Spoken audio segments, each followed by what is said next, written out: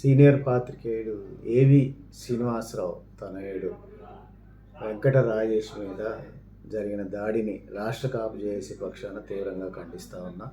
ఆదివారం రాత్రి 11:50 విజయవాడ నుంచి కైకలూరు వెళ్తున్న వారిపై మార్గ మధ్యమంలో రాళ్ల దాడి జరగటం చాలా హేయమైన చర్య. దుండగులు హత్యాయత్నానికి ప్రయత్నించడాన్ని తీవ్రంగా ఖండిస్తూ ఉన్నాను. ఈ సంఘటన తెలుసుకున్న ఏలూరు 1 టౌన్ సిఐ సత్యనారాయణ గారు దాని మీద విచారణ జరిపిస్తూ ఉన్నారు. విచారణ జరిపించి వారిని అదుపులో తీసుకోవాలని, దీంట్లో ప్రధానంగా ఎవరైతే కుట్రదారులుగా కంప్లైంట్లో పేర్కొన్నారో వారికి విచారణలో తెలిసిందో తప్పనిసరిగా కుట్రదారుడి మీద కూడా చర్యలు తీసుకోవాలని చెప్పి రాష్ట్ర కాపు జేఏసీ పక్షాన డిమాండ్ చేస్తూ ఉన్నాను.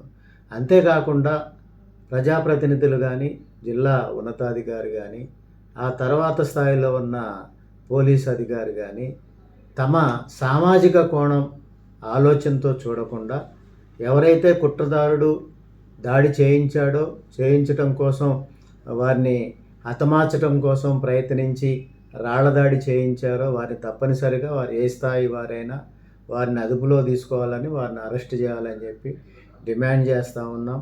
దీని మీద ఈ సంఘటనలో ఏవి శ్రీనివాసరావు తనయుడు వెంకట రాజేష్ మీద జరిగిన దాడిలో కుట్రదారుడు, అనుమానితులు ఎవరైతే ఈ దాడికి ప్రోత్సహించిన వాళ్ళు కానీ, పాల్గొన్న వారిని కానీ అరెస్ట్ చేయకపోయినట్లయితే రాష్ట్ర కాపు జేఏసీ పక్షాన తప్పనిసరిగా ఆందోళన చేస్తాం.